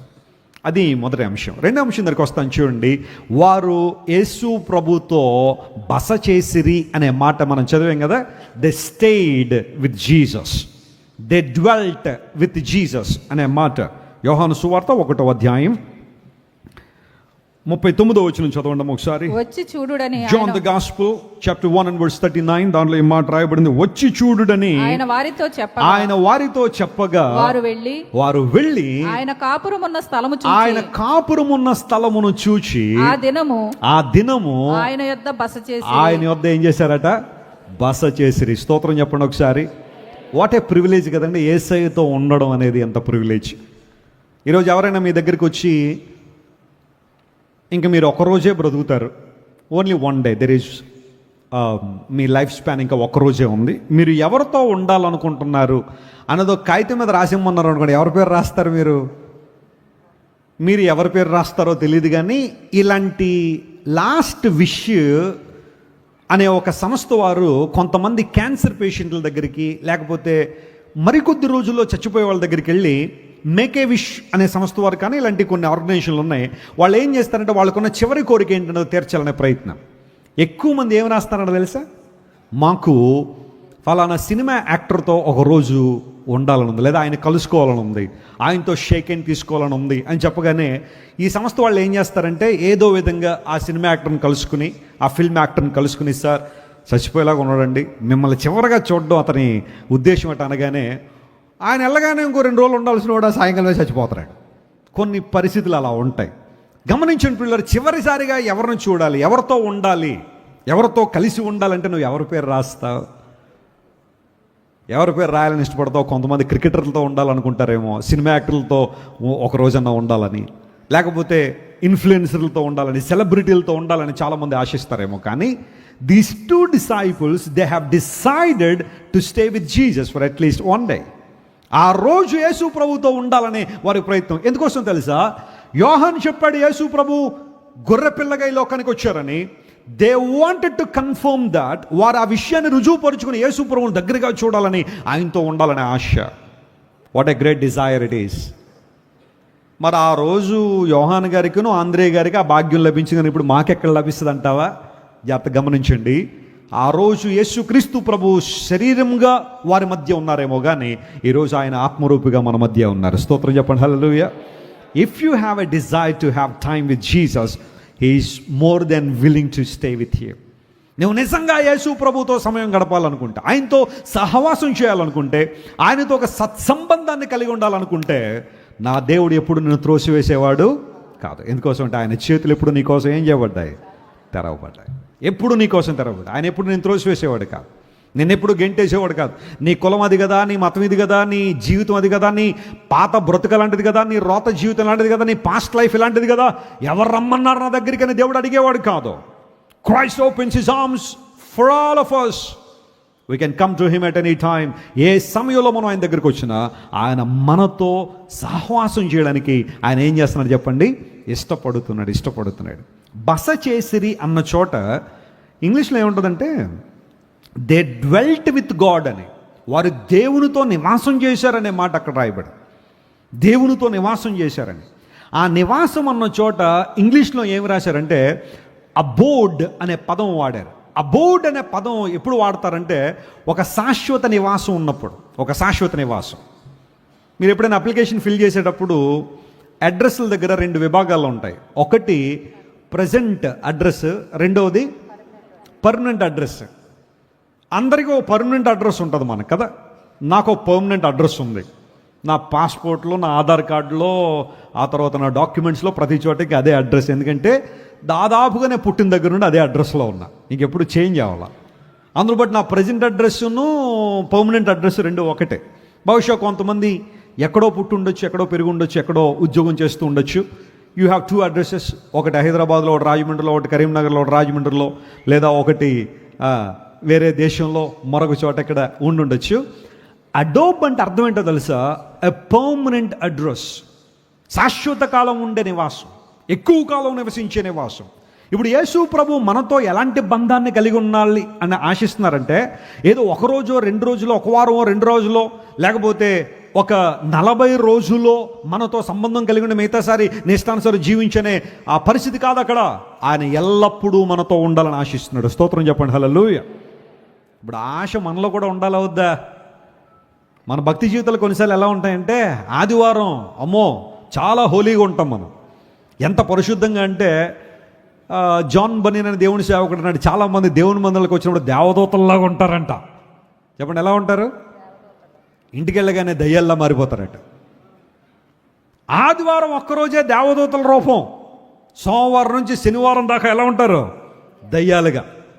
ఇంట్లో భయంకరమైన పరిస్థితులు, గొడవలు, గందరగోళాలు, కేకలు, అరుపులు, తన్నుకోవడాలు, కుంకుళ్ళాడ్డాలు, ఇవన్నీ ఇళ్లలో. ఆదివారం రాగానే ముసుగేసేసి ఎంత అమ్మా చూడగానే ఇక రాజమండ్రి ఈ ద్వారా బతుకుతుంది అనిపిస్తుంది అన్నట్టుగా. భారతదేశం ఇలా ఉందంటే ఈ భక్తిపరురాళ్ళు లేదా ఈ భక్తిపరుడు అన్నట్టుగా ప్రవర్తిస్తారు చాలామంది. బట్ ద రిమైనింగ్ డేస్ వారి జీవితాలు వేరుగా ఉంటాయేమో. కానీ Christ would like to establish a relationship that he wants to have it all the days of our lifes. అన్ని సమయాల్లో, అన్ని పరిస్థితుల్లో, అన్ని రోజుల్లో మనతో ఒక సంబంధాన్ని కలిగి ఉండాలని దేవుడు ఆశిస్తున్నాడు. ఓ మాట మీకు చెప్తాను చూడండి. దేవుని సేవకుడు ఏమంటాడంటే, the only relationship in the world that will never break your heart is the relationship with Jesus అంటాడు. మీకు అర్థమైంది ఈ మాట? The only relationship in the world that will never break your heart is the relationship with Jesus. యేసుక్రీస్తు ప్రభువుతో నువ్వు కలిగి ఉన్న సంబంధం మాత్రమే నీ హృదయాన్ని ముక్కలు చేయదు. ఇంకా మరి ఏ సంబంధం అయినా ఏదో ఒక రోజు నీ హృదయాన్ని ఏం చేస్తుంది? ముక్కలు చేసి పడేస్తుంది.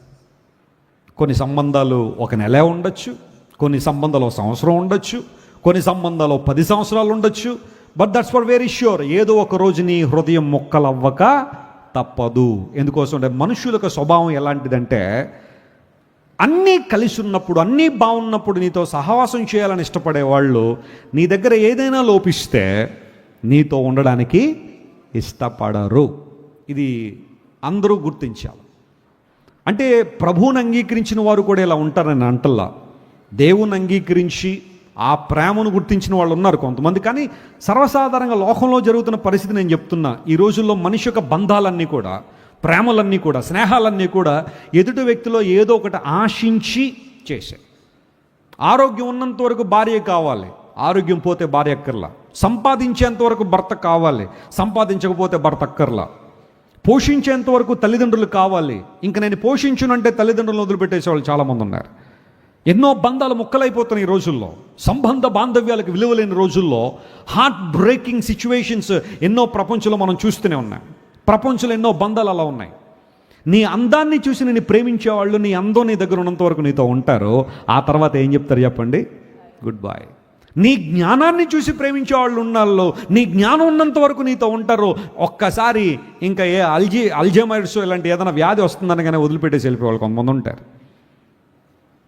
నీతో ఉన్నప్పుడు ఆనందంగా ఉండడానికి ఇష్టపడిన వాళ్ళు కొంతకాలం తర్వాత ఆ ప్రక్రియను కోల్పోవడానికి కారణం ఏంటో తెలుసా? నీకన్నా వారిని ఎంటర్టైన్ చేసేవాళ్ళు కావచ్చు, లేదా వారిని సంతోషపరిచేవాళ్ళు మరెవరో వారికి దొరుకుండొచ్చు. మానవ బంధాలన్నీ కొన్నిసార్లు ఆనాడు కార్ల్ మార్క్స్ చెప్పినట్టుగా ఆర్థిక బంధాలుగా మారిపోయినాయి. డబ్బుంటేనే బంధాలకు విలువ, డబ్బుంటేనే సంబంధాలకు, స్నేహాలకు విలువ. నువ్వు ఎస్ అని చెప్పేంత వరకు కూడా నీ చుట్టూ చాలామంది ఉంటారేమో, కానీ ఒక్కసారి నువ్వు నో అని చెప్పి చూడో, నిన్ను ప్రేమించిన వాళ్ళు నీకు శత్రువులు అయిపోతారు.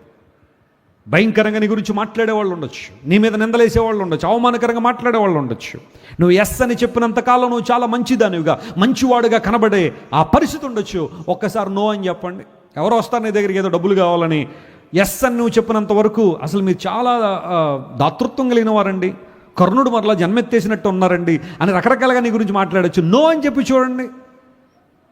నా జీవితాన్ని నాశనం చేసేసారండి వీళ్ళు, నా జీవితాన్ని ఇబ్బందులు పాలు చేశారంటని అదే వ్యక్తి నిన్నటి వరకు నువ్వు సపోర్ట్ చేసి నువ్వు డబ్బులు ఇచ్చి ఎంతో మంచిగా కనబడి నీవు ఒక్కసారి నో అనగానే ఒక విలన్గా అయిపోతావు వాళ్ళ జీవితాల్లో. But listen to me my friends, the only relationship that will never break your heart is the relationship with Jesus.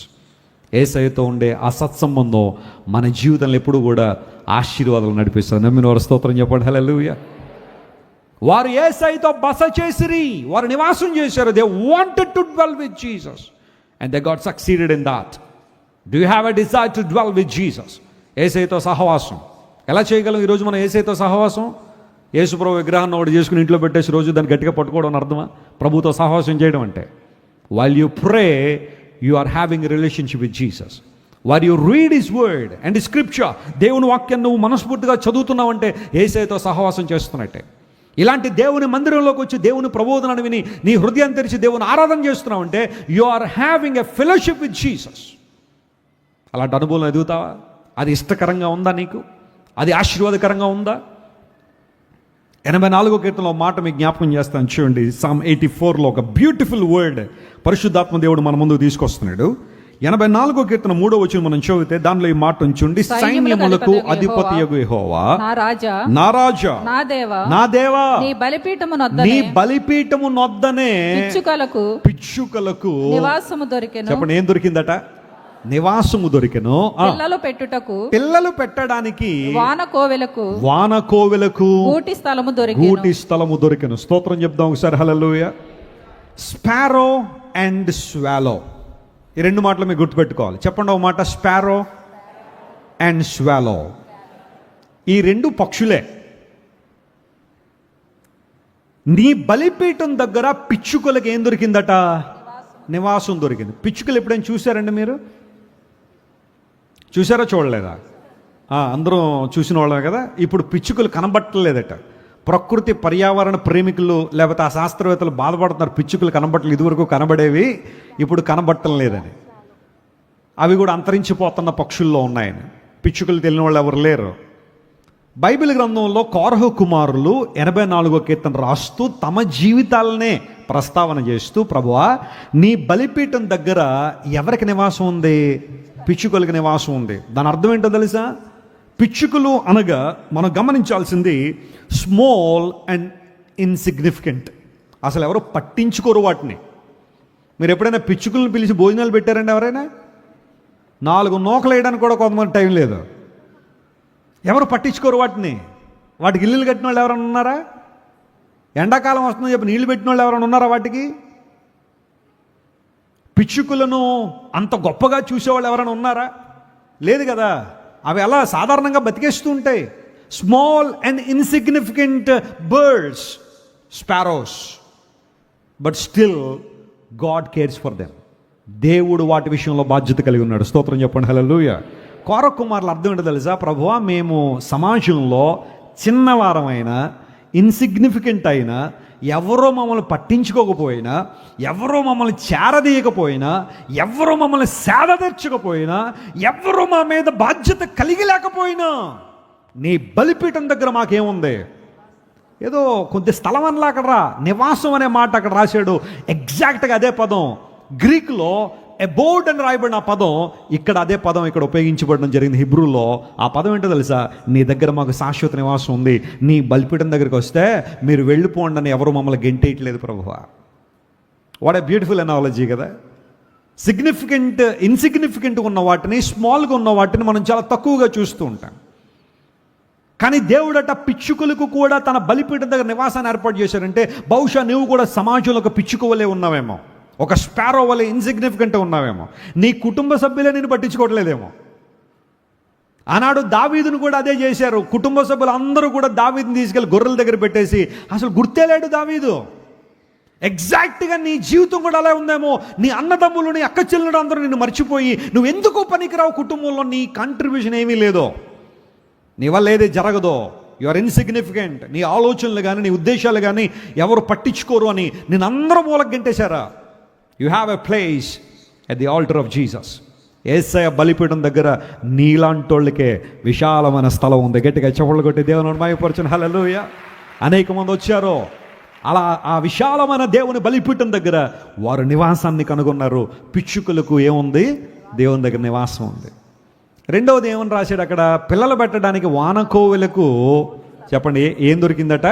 గూటి స్థలం. వానకోవెల అంటే అది కూడా ఒక పక్షే, పిచ్చుక లాంటి పక్షి అది కూడా. మీరు చూస్తున్నారు దీన్ని స్వాలో అంటారు. ఒక దానికి సైంటిఫిక్ నేమ్ కూడా కొన్ని ఉన్నాయి. అయితే ఇది దేనికి సింబాలిజం అంటే ఈ పక్షి అట ఎక్కువగా రెస్ట్లెస్గా ఉంటుందంట. రెస్ట్లెస్ అంటే కొంతమంది ఇప్పుడు కంగారుగా ఉంటారు చూసారా? వాళ్ళకి పని ఉండదు, తీరిక ఉండదు. కొంతమంది అలాంటి ఎప్పుడు కూడా కంగారుగా ఉదయం లేస్తారు, రాత్రి పడుకునేదాకా కంగారుగా ఏం చేశారంటే ఓ చింతపండు సారు పెట్టారు ఆ రోజు.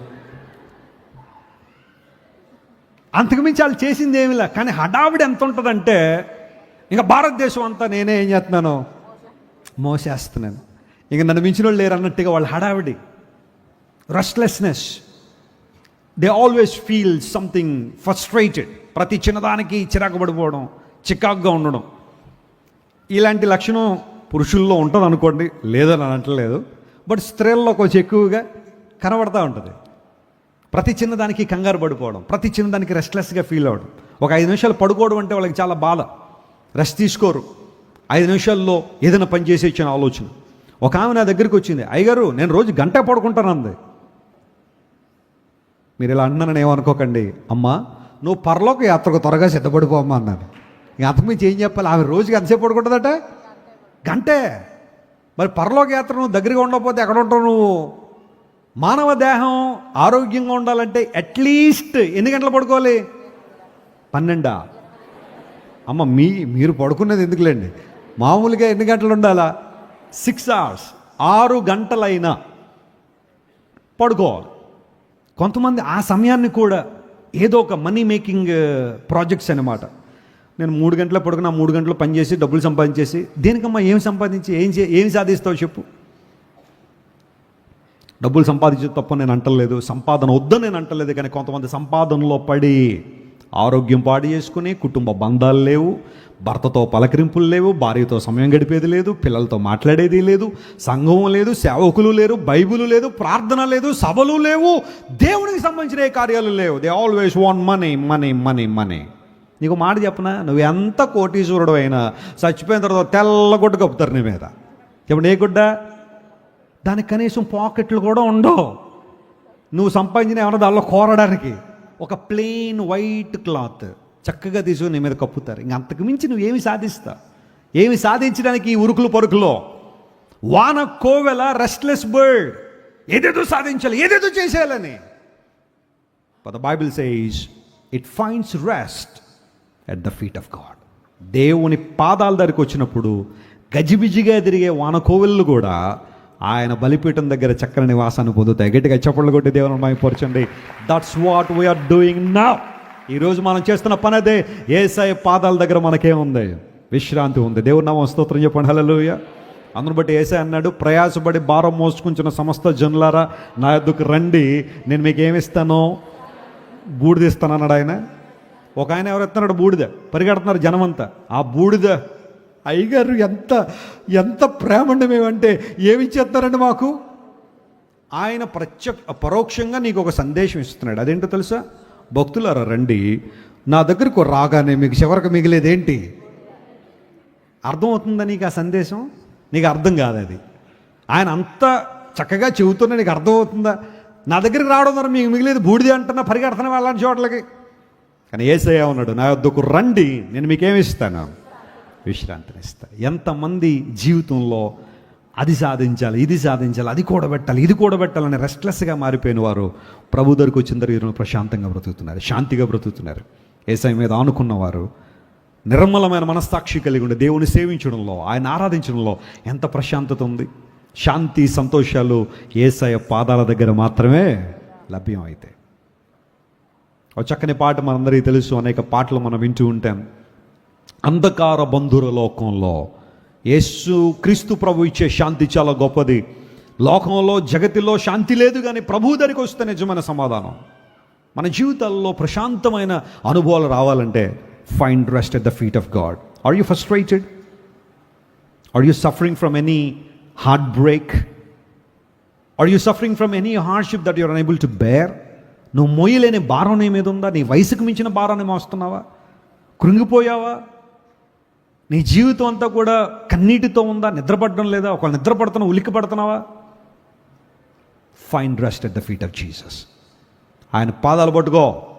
ప్రభువా, నీ దగ్గరే నాకు సమాధానం ఉంది, నీ దగ్గరే నాకు విశ్రాంతి ఉంది. ప్రభువా, గజిబిజిగా తిరుగుతున్న వాన కోవెల పిల్లలను పెట్టడానికి, చక్కగా ఉండడానికి నీ బలిపీఠం దగ్గర నివాసం ఉంది. These 2 disciples found a place at Jesus to dwell.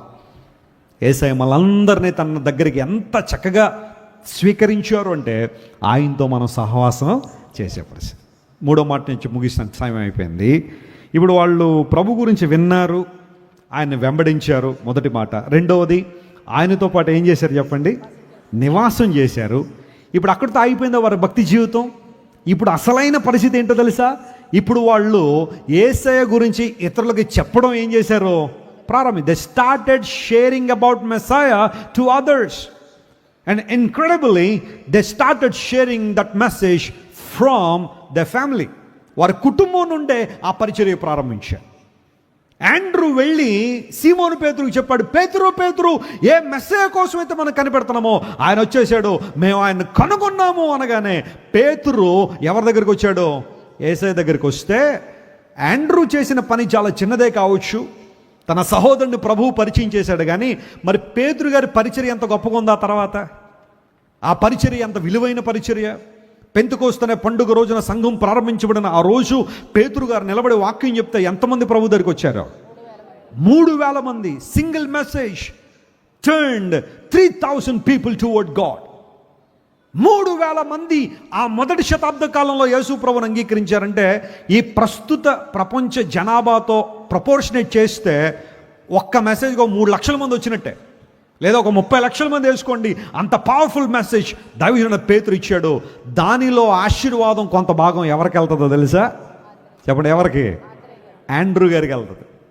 ఎందుకంటే ఆయన కదా పేతురు గారిని ప్రభు దగ్గర తీసుకొచ్చాడు. నువ్వు చేసే పరిచర్య చిన్నదే కావచ్చు, నువ్వు నడిపించే వ్యక్తి చిన్న వ్యక్తే కావచ్చు. ఒక సండే స్కూల్ పిల్లవాడిని నువ్వు ప్రభు దగ్గర నడిపించి ఉండొచ్చు, ఒక యవనస్తుడు నువ్వు ప్రభు దగ్గర తీసుకొచ్చి ఉండొచ్చు, లేదా ఒక యవనస్తురాలకి ప్రభు గురించి పరిచయం చేసి ఉండొచ్చు. కానీ ఆ వారి ద్వారా దేవుడు తర్వాత రోజుల్లో చేయబోతున్న పరిచర్య చాలా విలక్షణమైనదైతే అక్కడ వచ్చే ఆశీర్వాదాల్లో కూడా నీకు భాగం ఉంది. హల్లెలూయా. మా తల్లి గారు నా కుమారుడే కదా, ఎప్పుడోకప్పుడు తెలుసుకుంటాడులే అని గనక నన్ను వదిలేసి ఉంటే బహుశా నేను యవన కాలంలో లోకంలో జారిపోయి ఉంటే నా పరిస్థితి ఎలా ఉండదో నాకు తెలియదు. కానీ నా తల్లి నా రక్షణ కోసం ప్రార్థన చేశారు, నా తండ్రి గారు నా రక్షణ కోసం ప్రార్థన చేశారు, నన్ను నిర్లక్ష్య పెట్టలేదు. కానీ ఈ రోజున నా యవ్వన జీవితాన్ని ప్రభు చేతిలో పెట్టడం ద్వారా గతించిన 20 సంవత్సరాల నుండి దేవుని సేవలో వాడబడడం ద్వారా కొన్ని లక్షల మంది ప్రభు దగ్గరికి వచ్చారు. నేను అనుకుంటాను దానిలో చాలా మటుకు భాగం నా తల్లిదండ్రులకు సంబంధించిందే. హల్లెలూయా. దేవుని కొరకు ఒక వ్యక్తిని నువ్వు తీసుకురాగలిగితే, ఆయన కొరకు ఒక వ్యక్తిని నువ్వు సంపాదించగలిగితే అంతకన్నా ఆశీర్వాదం మరొకటే ఉంది. 14 రోజులు సభలు జరిగే ఓ ప్రాంతంలో 14 రోజులు దైవజనుడు సువార్త ప్రకటించిన తర్వాత మీలో ఎవరైనా యేసు ప్రభు గురించి బతకాలనుకుంటే, ఆయన సేవ చేయాలనుకుంటే ముందుకు రండి అంటే ఒక్క యవనస్తుడు వచ్చాడట ముందుకి. అందరూ అనుకున్నారు ఈ సేవకుడు పాపం 14 రోజులు ప్రసంగం చెప్తే ఒక్కడట వచ్చాడు ముందుకని. కొంతమంది సేవకులన్నా వాళ్ళ పరిచర్య అన్నా కొంతమంది ఎంత హేళనో కదా. సరే, అలాగే హేళన చేశారు. ఈ సేవకునిలో కూడా ఒక ఆలోచన వచ్చేస్తుంది, ప్రభువా 14 రోజులు సేవ చేస్తే ఒక్కడా నిన్ను అంగీకరించిన వాడంటే పరిశుద్ధాత్మతో మాట్లాడుతున్నాడు. Don't worry about him. ఒక్కరా, ఇద్దరా, 1,00,000 మందా, 10,000 మందా, నువ్వు బాధపడద్దు. Pray for him and send him. ప్రార్థన చేసి పంపించా యవనస్తుని కోసం. దైవజనుడు వచ్చాడు, 14 రోజులు పరిచర్యలో ఒక వ్యక్తి రక్షణ పొందుతూ ఆ వ్యక్తి ప్రార్థన చేసి పంపించాడు. ఆ వెళ్ళిన వ్యక్తి తర్వాత రోజుల్లో సేవకుడు అయ్యాడు. 100 దేశాలు తిరిగి సువార్త ప్రయాణించే తన లైఫ్ టైంలో కోట్లాది మందిని ప్రభు నడిపించిన గొప్ప దైవజనుడు డాక్టర్ బిల్లీ గ్రాహం గారు అయిపోయాడు. ఆ ఒక్క యవనస్తుడే ప్రపంచాన్ని కదిలించిన దైవజనుడిగా బిల్లీ గ్రాహం గారు ప్రపంచంలో దేవుని సువార్త ప్రయాణించారు. Your work may be insignificant my friend. People may not notice your hard work behind your ministry. ఈ రోజుల్లో పరిచర్య అనగానే కొంతమంది ఆ స్టేజ్ మీద కనబడేవి చూస్తారు, సేవకులు వేసుకున్న సూట్లే చూస్తారు, కానీ ఆ వెనకాల వారి ప్రయాస చాలామందికి తెలియదు. వారి ప్రార్థనా జీవితం తెలియదు. వారు ఎన్ని గంటలు ఎన్ని రోజులు దేవుని సన్నిధిలో గడిపారో వారికి అర్థం కాదు. ఎన్ని ఉపవాస ప్రార్థనలు చేశారో వారికి తెలియదు. ఎన్ని రాత్రులు పగలు తేడా లేకుండా దేవుని స్వార్థ కోసం ప్రాణాలు లెక్క చేయకుండా వెళ్ళారో చాలామందికి తెలియదు. అభివృద్ధి చెందిన పరిచర్యలను కొంతమందికి బాగా లోకు ఎక్కువ. ఏదో ఓవర్ నైట్లో పైకి వచ్చేసారండి, లాటరీ ఏదో తగిలి ఉంటుందండి, అదండి ఇదండి అని చాలామంది మాట్లాడేచ్చేమో. కానీ there are so many tears behind every ministry. ప్రతి పరిచర్య వెనకాల కన్నీరు ఉంటుంది, ప్రయాసం ఉంటుంది, దేవుని కొరకు పనిచేసే మనసు ఉంటుంది. నేను ఎప్పుడు చెప్తుంటాను, ఎవరైనా మీలో సేవకు సిద్ధపడాలనుకుంటే కమిట్మెంట్ లేకుండా ఒక్క క్షణం కూడా మీరు సేవ చేయలేరు. డబ్బు ఉంటే సేవ చేస్తాం అనుకుంటారేమో కొంతమంది. That will never happen. ఎందుకంటే లోకంలో చాలామందికి కోట్ల కొల డబ్బులున్న సేవ చేయట్లేదు. వాళ్ళు బంధుబలగం ఉంటే, వెనకాల మంచి టీం ఉంటే అద్భుతంగా సేవ చేయొచ్చేమోనని. టీం ఉండడం తప్ప నేను అంటలేదు, కానీ ఆ టీం వల్లనే నువ్వు సేవ చేస్తాను అనుకుంటే వాళ్ళు సపోర్ట్ చేసినంతకాలం చేస్తావు. ఏదైనా కారణం పడి సపోర్ట్ చేయలేదనుకో, నీ సేవ కుంటుపడిపోవడమే కదా. సేవ చేయాలనుకున్న ప్రతి ఒక్కళ్ళు ఉండాల్సింది డిటర్మినేషన్, డెడికేషన్. ప్రతి క్షణం ప్రభు సువార్త ప్రకటించాలనే తపన, దేవుని వాక్యాన్ని ప్రకటించాలనే ఆలోచన. Andrew and John, they wanted to reach people with the message of Christ. క్రీస్తు ప్రభు యొక్క సందేశంతో అనేక మందిని చేరుకోవడానికి ప్రయాసపడ్డారు. వెళ్ళి మేము మెస్సయ్యను కనుగొన్నాం. పెద్ద పెద్ద ప్రసంగాలు ఏం చేయలేదు. We have found Jesus. That's what. Have you ever said that? నేను యేసయ్యను కనుగొన్నాను, నా కోసం ప్రాణం పెట్టిన యేసయ్యని కనుగొన్నాను, నా ప్రాణప్రియుని కనుగొన్నాను, నా కోసం ఆలోచన చేసే దేవుని కలిగి ఉన్నాను, నా కోసం ప్రాణం పెట్టిన యేసయ్యని కనుగొన్నాను, 3వ రోజున మరణాన్ని జయించి తిరిగి లేచిన దేవుని కనుగొన్నాను, నాతో ఒక సత్సంబంధాన్ని కలిగి ఉండాలనే ప్రమాణమైన దేవుని నేను కనుగొన్నానని ఒక్క మాట నీ స్నేహితునికైనా, స్నేహితురాలకైనా, బంధువులకైనా, నీ ఇరుగు పొరుగు వారికైనా ఎప్పుడైనా చెప్పడానికైనా ప్రయత్నం చేశావా? సువార్త భారం మన మీద ఉండాలని దేవుడు కోరుతున్నాడు. ఒకసారి మీ పరకొరకు తిరిగి ఒక మాట చెప్తాను, ఆ మాట చెప్పండి. అందరూ చెప్పాలి.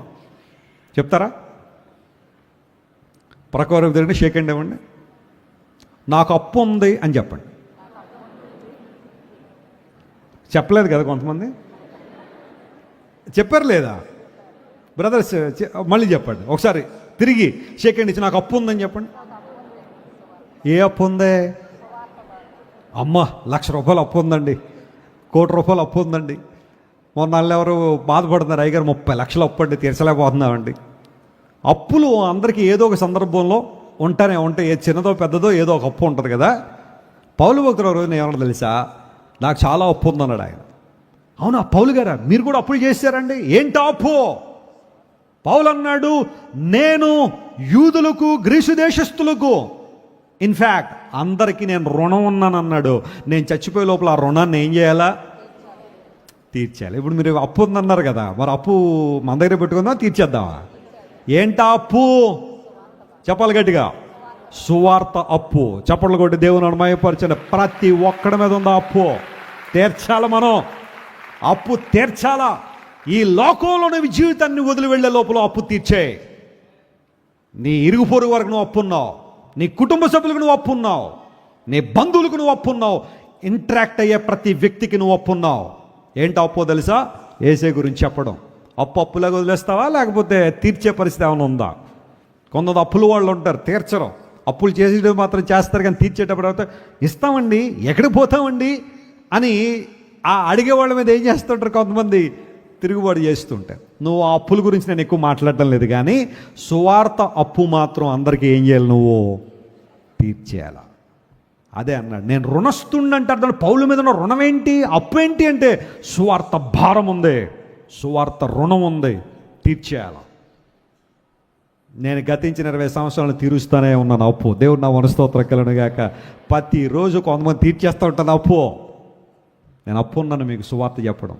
సోషల్ మీడియా ద్వారా, యూట్యూబ్ ద్వారా, టీవీ ద్వారా, వ్యక్తిగతంగా కావచ్చు, ఏదో ఒక విధంగా నా అప్పు ప్రతిరోజు తీర్చేస్తూనే ఉంటా. తీర్చేవని అప్పు నీ దగ్గర పెట్టుకుంటావా? జాన్ గెడ్డీ అనే దేవుని సేవకుడు స్కాట్లాండ్లో జన్మించాడు. ఒకరోజున యవన కాలంలో దేవుని స్వార్థ ప్రకటించాలని తీర్మానం చేసుకున్నాడు జాన్ గెడ్డీ. న్యూ హెబ్రిడీస్ అనే దీవుల్లో కొంతమంది నరమాంస భక్షకులు ఉన్నారు. వారికి ఇంకా సువార్త అందలేదు.